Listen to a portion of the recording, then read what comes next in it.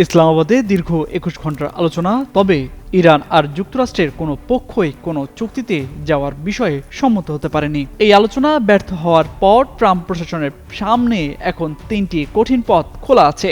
এখন প্রশ্ন হচ্ছে, কোন পথে হাঁটবেন মার্কিন প্রেসিডেন্ট?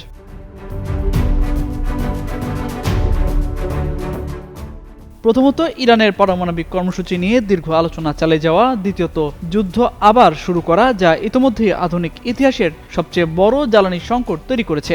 বাংলাদেশের প্রথম 5D AI ইনভার্টার যুক্ত সর্বোচ্চ বিদ্যুৎ সাশ্রয়ী Jamuna air condition.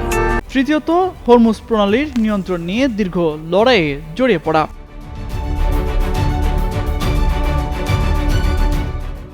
White house জানিয়েছে, পরবর্তী পদক্ষেপ ঘোষণা করবেন ট্রাম্প নিজেই। তিনি সাপ্তাহিক ছুটিতে ফ্লোরিডায় গেছেন। ভেন্স সাংবাদিকদের বলেছেন, আমরা আমাদের রেড লাইন স্পষ্ট করে দিয়েছি, কোন বিষয়ে ছাড় দিতে রাজি সেটাও বলেছি। তারা আমাদের শর্ত মানতে রাজি হয়নি।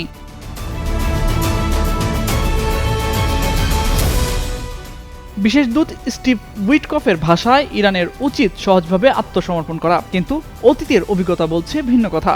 ওবামা আমলে তেহরান ও ওয়াশিংটনের মধ্যে শেষ বড় চুক্তি হতে 2 বছর লেগেছিল। সেই চুক্তিতেও ইরানকে অস্ত্র পরিমাণ পারমাণবিক মজুদ রাখার সুযোগ দেওয়া হয়েছিল।